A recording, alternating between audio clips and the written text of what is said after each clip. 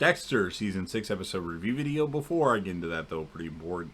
If you weren't caught up to the point where I am rewatching or watching Dexter, or you're just not entirely sure, then you definitely need to take the initiative and pay attention to the episode's title, which of course I'll mention, as well as put in the description for you. If that happens to be the case and you're not caught up, it would be my recommendation that you don't watch this video any further to avoid any potential spoilers.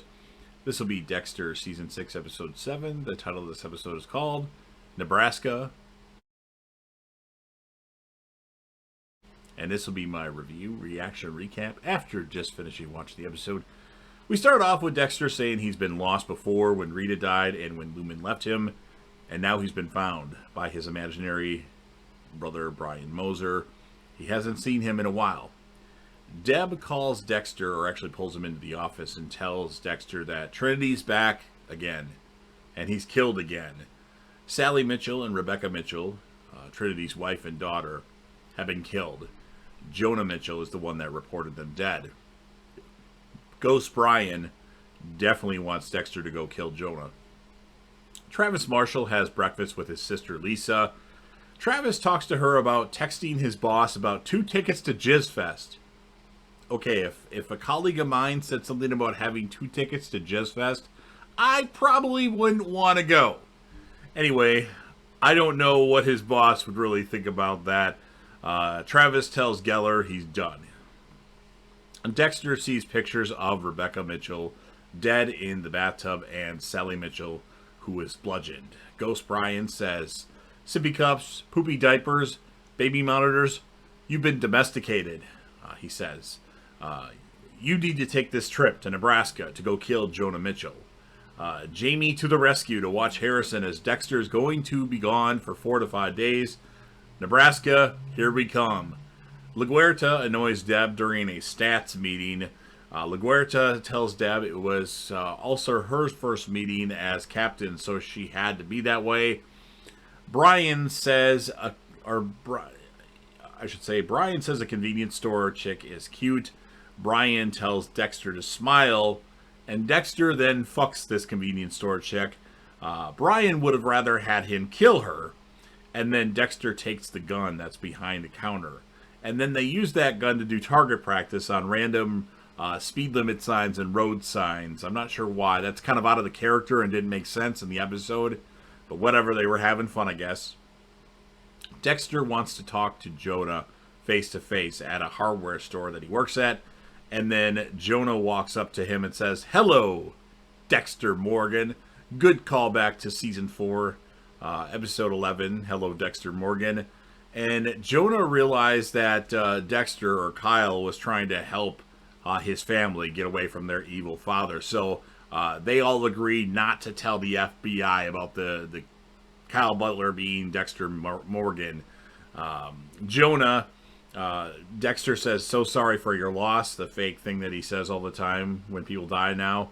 And then Jonah tells Dexter to go back to Miami. It's over. Deb and Batista talk to Holly, the whore that Travis Marshall let go. She says she think they made her drink blood. A flat tire on the road, so Dexter checks into a motel. The front desk guy is actually, I believe, I know for sure he was from Shameless. It was Lips AA sponsor, if my memory serves me correct. So it's always nice to see a random familiar face in an episode. I think that's what his role on the show was. And if I'm wrong, well, he wasn't in Shameless. I know that for sure. But this guy's name is Norm, and he even agrees to patch up the tire for them for $20. Quinn gives Deb, Batista, and Mike Anderson some sketches as Soderquist is by his desk in the background wearing a greenish shirt, or polo, I guess, in this case. Well, it's always a polo for Soderquist. Lewis Green goes to see Jamie at Dexter's place, and he even gets a kiss from Jamie and shows him his video game that he's made with a character that looks just like her brother Angel Batista, or in LaGuerta's case, Angel Batista. Deb shows up there though to ask Jamie where Dexter went, and Ghost Brian asked Dexter if he could be anywhere else or somewhere else, where would it be? And Dexter says he's never been to Portland. And then Deb calls Dexter from the house phone at Dexter's. And when Dexter answers, Deb says, "Where in the fucktopia are you?" Another random F word combined with another word by Deb. It's getting a little ridiculous, but I get it. It's funny. I'm starting to like Deb a lot more than I ever have in this show before. And then Deb says she only wanted him to take the afternoon off, not 5 fucking days. Ghost Brian, in an interesting detail, was actually eating during this. We've never seen Ghost Harry eat anything. Was Brian really there? I don't know. And then Dexter tells Ghost Brian he doesn't know if Jonah Mitchell is guilty. Brian starts complaining about the code and all that crap. And then Dexter goes to the back and realizes in his car that his knives and his forensic kit aren't in the trunk. Must have been Norm, the motel clerk. And Jonah shows up at home when Ghost Brian and Dexter were there, kind of examining things, trying to pinpoint if Jonah was behind this or not. And Dexter tells Jonah he knows for a fact that Trinity didn't kill anyone in this house. And he tells Jonah that he killed Trinity. Well, actually, Jonah asked him, and he admits the fact that he killed Trinity. And then he killed his mother and sister, just like Trinity kills people. So Jonah runs out of the house and gets in the car outside and drives away. Dexter kills Norm, makes short work of him with a pitchfork. I wonder if he actually met the code or not. Probably not, but there's loopholes to not follow the code. You know, you never want to get caught. That's the number one rule. And Dexter dumps Norm's body where hopefully nobody will ever find it. Brian hopes he took a souvenir. I don't think he did this time. Travis drops off some things that were Geller's that were at his place at the church. And then Travis tells Geller what he wants is to be free. Quinn comes to talk to Deb to apologize in her office for all the things that he'd done. Slept with the witness, proposing to her, and all the stuff that he done, showing up at the party drunk, being a belligerent asshole sometimes. And then he says to her, we had some, didn't we? And Deb actually admits that they did have something. And then Deb and Quinn start to kiss, but Deb stops her kissing him and says, we just can't do this. Jonah calls Dexter and wants to talk in private. Dexter says he'll meet him. He actually ends up meeting him at that hardware store. And then Jonah attacks Dexter. But Dexter is able to get the upper hand on him. And then Jonah tells Dexter to kill him. Jonah says Rebecca killed herself in the bathtub. She cut her femoral artery. And that Sally Mitchell, the wife, had blamed both of them for everything that Arthur Mitchell had done. She kept defending that sick bastard. And he does admit to killing his mom, Sally. Brian wants Dexter to kill him, but Dexter won't. And then Brian calls Dexter weak. And then Jonah asks Dexter who he's supposed to live, or how he's supposed to live with this, as Dexter's out in the car about to drive away.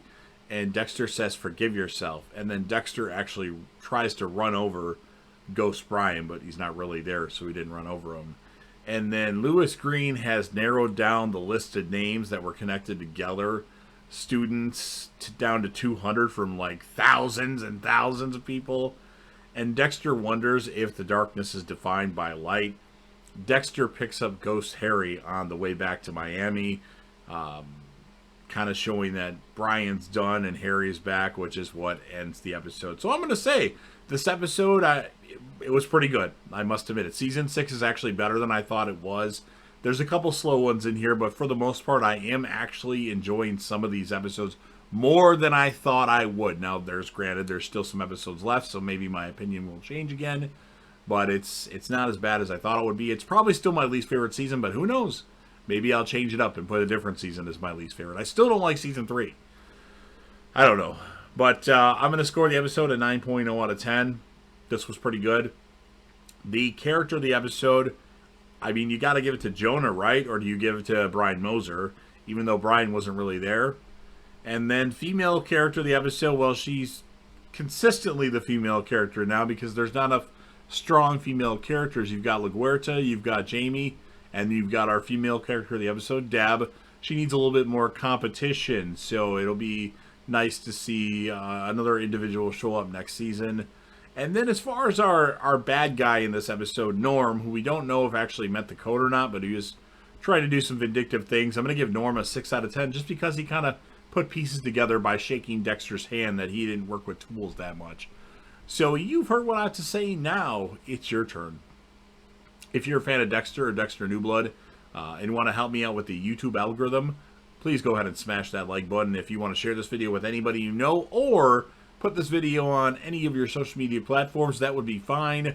Don't forget to sound off in the comment section about what your thoughts are on this episode. What I'm looking for is your score of the episode, your favorite character, male and female, and then if you want to rate the people that are villains in the episode, you can do that as well. And anything you want to talk about. And then, of course, last but certainly not least, you're watching the video anyway, so please don't forget to hit that sub button, subscribe to the channel, join the team, show your damn support, and be a part of something special.